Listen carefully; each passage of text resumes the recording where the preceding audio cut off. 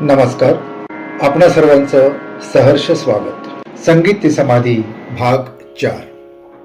लेखक ब्रह्मलीन योगीराज मनोहर हरकरे. एक कथा प्रचलित आहे, त्यातील शास्त्रीयता पडताळून पाहण्यासारखी आहे. एक संगीतज्ञ गायक गुरु होते. त्यांचा मुलगा 8 वर्षाचा झाल्यावर त्यांनी त्याला तंबोरा लावायला शिकवले.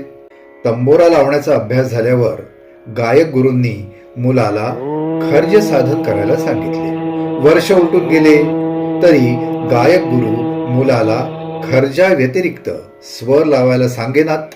मुलगा कंटाळला. मुलाची आई त्याहून कंटाळली. गायक गुरुजी आपल्या अनेक शिष्यांना 7 स्वरच नव्हे तर राग रागिण्या सांगून समजावून देत आणि म्हणून घेत, पण घरच्या मुलाला मात्र ते खर्जा व्यतिरिक्त 2 वर्षात एकही स्वर सांगायला तयार नव्हते. स्वतःच्या मुलाकडे गायक गुरुचे इतके दुर्लक्ष पाहून त्यांची पत्नी त्यांच्यावर नाराज होती. कर्मधर्म संयोगाने गायकाला दूरच्या दिशी गायना करता जावे लागले. मुलाला त्यांनी खर्ज साधनाशिवाय अन्य काहीही न करण्यास सांगितले. मुलाला आता सुसंधी प्राप्त झाली होती. वडिलांचे खर्ज साधनाचे दडपण आता कमी होणार होते. त्यात त्याच्या आईचीही साथ होती. गायक बाहेर गावी गेल्यावर मुलाने खर्ज साधन सोडून सप्त स्वरांचा विस्तार व विलास सुरू केला.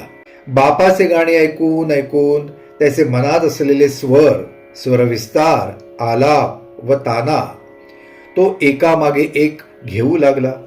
गवयाचाच मुलगा तो. सारे कसे भराभर जमू लागले त्याला. वर्षभरात तो उत्तम गायक समजल्या जाऊ लागला.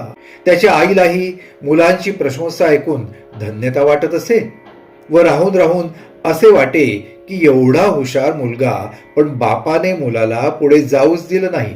त्याला खर्ज साधनेवरच डांबून ठेवलं. वय लहान व सर्वत्र प्रशंसा.